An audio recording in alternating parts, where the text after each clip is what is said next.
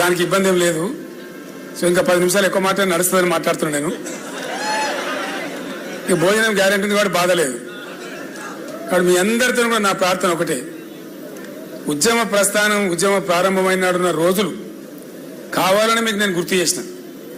గంత కఠినమైన సమయంలో అటువంటి పరిస్థితులలో ఉద్యమాన్ని ప్రారంభించి గొప్ప విజయం సాధించి రాష్ట్రాన్ని సాధించి పెట్టిన సంస్థ మన సంస్థ. ఈ రాజకీయ జయాపజయాలు మనకు లెక్క కాదు. మనం కూడా 2 టర్ములు గెలిచినాం, ఎంపీలు గెలిచినాం, అన్ని చేసినాం. మళ్ళా వస్తుంది గెలుపు, యాడికి పోదు. కాబట్టి మీ అందరితో నేను ప్రార్థించేది ఒకటే, దయచేసి ఎట్టి పరిస్థితులలో ముక్కవోని దీక్షతోని తెలంగాణ ప్రయోజనాలే ముఖ్యమైనటువంటి కేంద్ర బిందువుగా మనం పనిచేయాలి, పురోగమించాలి. అదే మన కర్తవ్యం. ఆ ఆశలు తెలంగాణ ప్రజలకు కూడా మన మీద ఉన్నాయి. నిన్న నేను మిమ్మల్ని అందరినీ యాత్ర బయలుదేరిదీసి ఇది క్యాండిల్ ర్యాలీ, నేను వాపసు వస్తున్నా. ఇంటికి వాపసు వస్తుంటే ప్రతి కార్లకి ఇట్లా డబల్ థమ్స్ పెట్టి ఇలా చెప్తున్నారు. ఒక ఆటో డ్రైవర్ అయితే ఉరికొచ్చి నా దగ్గరకు వచ్చి నా కారు కొట్టి, సార్ మళ్ళా మనమే గెలుస్తున్నాం, నువ్వేం భయపడక, మేము అందరం ఉన్నాం. ఆటో డ్రైవర్, నేనే ఆశ్చర్యపడతా ఉన్నా, ఆవేశం గురికొచ్చి చెప్తా ఉన్నాడు. సో కాబట్టి సమీప భవిష్యత్తులో మళ్ళా పాలన మన భుజాల మీద పడుతుంది, అలా డౌట్ కూడా అవసరం లేదు. వీళ్ళతో ఏమీ కాదు, మన్ను కూడా కాదు నేను చెప్తున్నా. చిల్లర రాజకీయాలు తప్ప గొప్ప వ్యూహకర్తలు కూడా కాదు. గెలిచినామని వాళ్ళది వాళ్ళే చేయికి చూసుకుని గెలిచినామని నిజంగానే అంత అపనమ్మక స్థితిలో అనుకోకుండా గెలిచిన గెలుపును ఎట్లా మలుచుకోవాలో వాళ్ళకి తెలుస్తలేదు పాపం. చిన్న మాట కదా, ఏ కొద్దిగా తెలివి ఉన్నా కూడా పోయిన గవర్నమెంట్ కరెంటు మంచిగా ఇచ్చింది కదా, ఇండియా అంత తెలుసు కదా, దాచిపెట్టే లెక్క కాదు కదా. ముఖ్యమంత్రి కొద్దిగా బుద్ధి ఉంటే, మంత్రివర్గానికి బుద్ధి ఉంటే కరెంటు వాళ్ళని పిలిచి మొన్నటిదాకా ఎట్లా నడిచిందో అట్లా నడిపిరా అంటే అయిపోతుండే, అంతే కదా. ఎందో అధికం శాతలకు పోయి కొండంగా శాతాలు చేస్తామని మీరు వీకేసి వాళ్ళని చేసేసి మా తరహా చూపిస్తామంటే వాళ్ళ తరహా ఇప్పుడు వాళ్ళ లాగు వాళ్ళు కొట్టే కొరకు వస్తాను, అంతే కదా. ఊకుంటారా ప్రజలు? నిన్న రాత్రి ఎందుకు పోయినరు?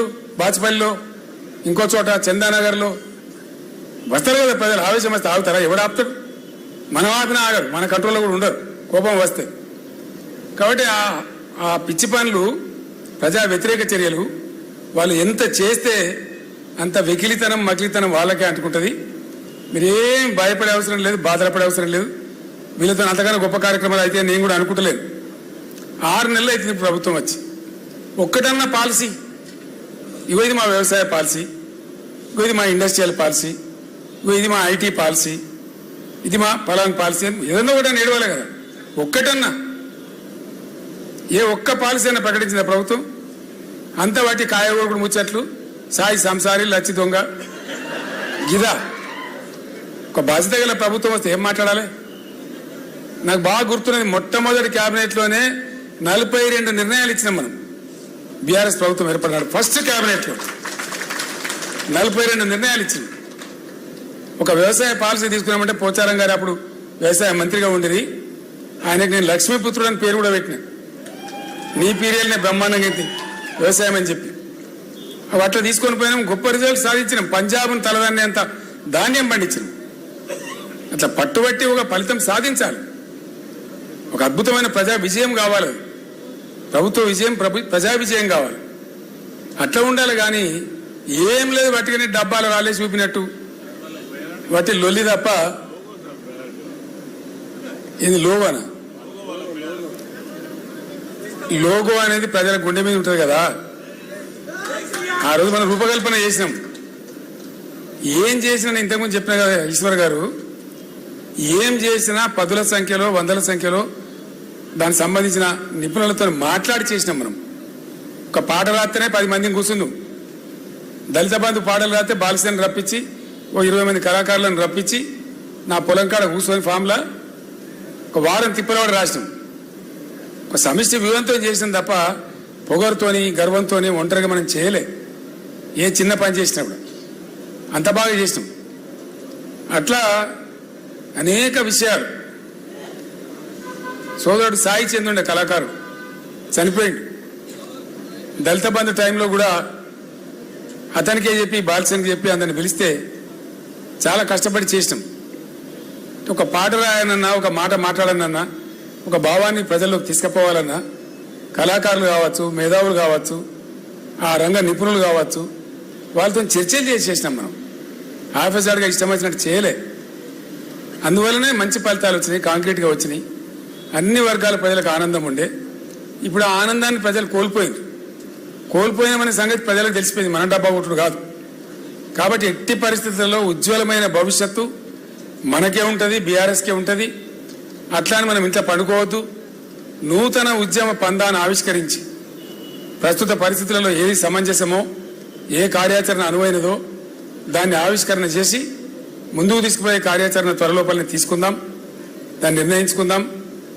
ఎన్నికలు ఉండడం వల్ల మన యొక్క వార్షికోత్సవాన్ని కూడా జరుపుకోవాలి. బీఆర్ఎస్ వార్షికోత్సవాన్ని ఏప్రిల్ 27 కరెక్ట్గా ఎలక్షన్ మధ్యలో ఉండే, అది కూడా జరిపే బాధ్యత మన మీద ఉంది.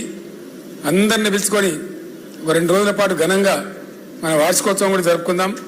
బీఆర్ఎస్ వార్షికోత్సవం మిగతా కార్యక్రమాలకు అన్నిటికీ అందరం కలిసి సమిష్టి నిర్ణయం తీసుకొని రూపకల్పన చేసుకుందాం, ముందు కొనసాగుదాం. ఒకటే మాట నేను మీకు చెప్తా ఉన్నా, దేవుడిచ్చినటువంటి ఆయుష్ నాకు ఎంతవరకు ఉంటే అంతవరకు 100కు 100% చివరి శ్వాస వరకు కూడా తెలంగాణ కోసం పనిచేస్తే తప్ప ఎట్టి పరిస్థితిలో విశ్రమించే ప్రశ్న లేదు, విరమణ చేసే ప్రశ్న లేదు. తెలంగాణ ప్రజలకు కూడా ఈ వేదిక నుంచి నేను హామీ ఇస్తా ఉన్నా, ఈ పార్టీ పుట్టిందే మీకోసం, ఈ పార్టీ ఉన్నదే మీకోసం. తప్పకుండా మీకోసం అడుగడుగున పోరాటం చేస్తుంది, ఎటువంటి త్యాగాలకైనా సిద్ధపడుతుంది తప్ప వేరే ఇంకో ఆలోచన లేదని చెప్పి మనవి చేస్తూ మరొక్కసారి 50 మంది తెలంగాణ ప్రజానీకానికి, మన గులాబీ సైనికులకు, ఉద్యమ సహచరులకు, అందరికీ అమరులైనటువంటి విద్యార్థులకు, మిత్రులకు, ప్రాణత్యాగం చేసిన పెద్దలకు, ప్రతి ఒక్కరికి కూడా తెలంగాణ ఉద్యమాభివందనాలు, ఈ దశాబ్ది ఉత్సవ వేడుకల సందర్భంగా వందనాలు తెలియజేస్తూ నేను విరమిస్తా ఉన్నా. జై తెలంగాణ, జై తెలంగాణ. అంతకు ముందు కాలంలో తెలంగాణ అనుభవించినటువంటి బాధ, సమాజమే ఒక భయంకరమైనటువంటి బాగా వస్తుంది కదా, మంచిగా ఉంది, ఎందుకు వినబడతలేదు?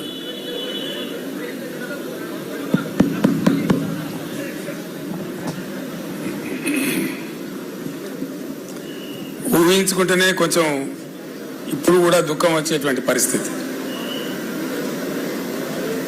యావత్తు తెలంగాణ, ఇంచుమించుగా మొత్తం తెలంగాణ వరుస కరువులకు, వలసలకు, కరెంటు కోతలకు, ఆత్మహత్యలకు, చేనేత కార్మికుల ఆకలి చావులకు ఒక భయంకరమైనటువంటి దృశ్యంగా చాలా చాలా బాధ కలిగించేటువంటి, భరించలేనటువంటి అమానుషమైనటువంటి ఒక పరిస్థితికి లోనైన తెలంగాణ. నేను కూడా ఆ రోజు అధికార పదవులలో ఉన్నా, మంత్రిగా పనిచేసిన, ఎమ్మెల్యేగా పనిచేసిన, చాలా సుదీర్ఘకాలం పనిచేస్తాం. ఇప్పుడు లేరు మిత్రులు, కానీ కొద్దిపాటి పిడికడి మందిగా ప్రభుత్వాలలో కొనసాగుతున్నటువంటి మిత్రులు, అనేక హోదాలలో పనిచేసిన వాళ్ళం చాలా సందర్భాలలో కలిసి మా దుఃఖాన్ని పంచుకుని బాధపడేది. అసలు ఏం జరుగుతూ ఉంది, ఈ గడ్డ, ఈ ప్రాంతం గతి ఏమిటి? ఒక అగమ్య గోచరమైన పరిస్థితి, ఒక అసహాయ నిస్సహాయ స్థితి. ఏం జరుగుతుందో కూడా అర్థం కాదు. నేను ఎమ్మెల్యేగా ఉండే టైంలో మన తెలంగాణ ప్రాంతానికి సంబంధించినటువంటి ఒక 25-30 మంది శాసనసభ్యులతోని కనీసం ఒక 30 సార్లు సమావేశాలు పెట్టినాం. ఏం చేద్దాం, అసలు ఏం చేయాలా, ఏం జరగాల, మన గతి ఇంతేనా, మనకేమి నిష్కృతి లేదా, ఎవరు కూడా చెప్పలేని పరిస్థితి. ఒక పరిహాసాస్పదంగా తెలంగాణ అంశం మారిన పరిస్థితి. ఆ రోజు కరెక్ట్గా సిచ్యువేషన్ ఏంటంటే, ఎవరో కొంతమంది కొన్ని సందర్భాలలో తమ చిల్లర రాజకీయ అవసరాల కోసం తెలంగాణ ఉద్యమాన్ని ప్రారంభించడం, దాని నెలలో 2 నెలలు 3 నెలలు 4 నెలలు నడిపి కాడి ఎత్తేయడం, వేరే వాళ్ళ కంటే కూడా తెలంగాణ వాళ్ళు కూడా తెలంగాణను హాస్యాస్పదం చేసేటువంటి స్థితికి నెట్టివేసినారు. ఆ బాబు ఆ ఫోటో ఉండి అమ్మా తర్వాత తీసుకున్నాడు, పట్టుకోను ఈ టైంలో కాదు కదా, ఆ ఫోటో అక్కడ పెట్టుకో, 4 ముచ్చట్లు మాట్లాడుకున్నాక పెట్టుకుందాం అదంతా. సో అట్లా ఎవ్వరు కూడా తెలంగాణ రాష్ట్రం వచ్చుడు కాదు, అసలు తెలంగాణ అంటే మాట్లాడే కష్టం. ప్రణయ భాస్కర్ అనే ఒక ఎమ్మెల్యే శాసనసభలో తెలంగాణ అంటే స్పీకర్, ఆనాడు ఉన్నటువంటి స్పీకర్, మీరు తెలంగాణ అనే పదమే మాట్లాడకూడదండి, వెనుకబడిన ప్రాంతం అని మాట్లాడండి అని, తెలంగాణ అనకూడదు అని స్పీకర్ స్థానం నుంచి ఉత్తర్వులు జారీ చేసేటువంటి దుస్థితి. అంటే ఎక్కడికి పోయింది తెలంగాణ?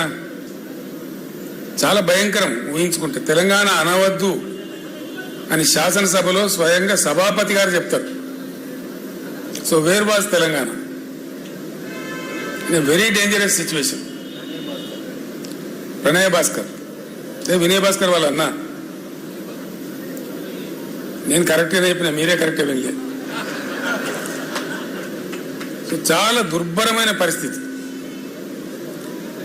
ఎక్కడన్నా ఏదైనా సందర్భంలో 10 మంది కూర్చున్న చోట తెలంగాణ ముచ్చట క్యా లగాయ బై క్యా దుకాన్ లగాయ, అంత ఈజీగా అంత పేలవం అయిపోయింది తెలంగాణ.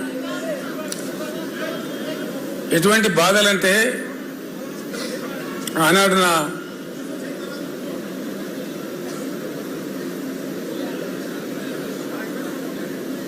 అడ్వైజర్గా, సహచరునిగా రాజీ లేని పోరాటం చేసినటువంటి మానీయులు స్వర్గీయ జయశంకర్ గారు నాతో పాటు ఉండేది. అనుక్షణం ప్రతిక్షణం ఉండేది నాతో పాటు, అన్ని సందర్భాలలో ఉండేది. ఆయన ఎంత గొప్పవాడంటే, చాలా మంది జీవితంలో చాలా పనులు చేస్తారు, ఏదో ఒక స్టేజ్లో రాజీ పడిపోతారు. ఎందుకు పడతారో తెలియదు. కఠోరమైన సిద్ధాంతాలు నమ్మినటువంటి కొంతమంది పెద్దలు కూడా ఒక సందర్భం వచ్చేటప్పటికీ ఆ సిద్ధాంతాన్ని పక్కకు పెట్టి కూడా కొన్ని పనులు చేస్తారు. ప్రొఫెసర్ జయశంకర్ గారికి ఉన్న ఒక గొప్పతనం ఏంటంటే, ఆయన ఆజన్మ తెలంగాణవాది, ఆజన్మ అన్కాంప్రమైజ్డ్ తెలంగాణ ఫైటర్, అన్డౌటెడ్లీ. ఎందుకంటే ఒక 14-15 ఏళ్ళు సుదీర్ఘంగా ఆయనతో పాటు నేను కలిసి పనిచేసిన కాబట్టి అనేక సందర్భాలలో, ప్రయాణంలో కావచ్చు, ప్రస్థానంలో కావచ్చు, చర్చలలో కావచ్చు, ఎంత గొప్పవాడు ఆయన అంటే ఈ టైంలో నేను ఆయన స్మరించుకోకుండా ఉండలేను. అట్లాంటి మనుషులు అరుదుగా ఉంటారు ప్రపంచంలో. ఎక్కడి నుంచి ప్రారంభమైంది సార్ మీ ప్రస్థానం అంటే, హైదరాబాద్ స్టేట్గా ఉన్నప్పుడు, అక్కడ ఆంధ్ర రాష్ట్రం ఉన్నప్పుడు నిజాం రాజు పెట్టినటువంటి పాఠశాలలు ఉండేవి మన దగ్గర. మల్టీపర్పస్ హై స్కూల్స్ కావచ్చు, మరొకటి కావచ్చు. మర్కజీ స్కూల్ అని ఒకటి ఉండేది వరంగల్ టౌన్లో. ఆ మర్కజీ స్కూల్లో ఆయన విద్యార్థిగా ఉండే టైంలో ఆంధ్ర ప్రాంతం నుంచి ఉన్నటువంటి ఆనాటి అయ్యదేవర కాళేశ్వరరావు వగైరా వ్యక్తులు వచ్చి తెలంగాణ ప్రజలను మానసికంగా సిద్ధం చేయడానికి